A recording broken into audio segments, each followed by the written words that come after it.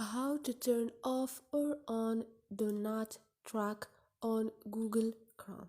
Hi guys, in this video I will show you how to turn off or on do not track on Google Chrome.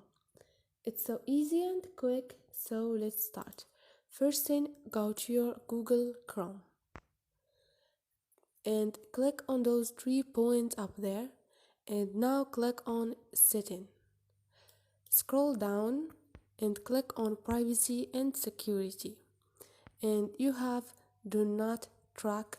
Click on it and choose to turn off or on this option, whatever you want.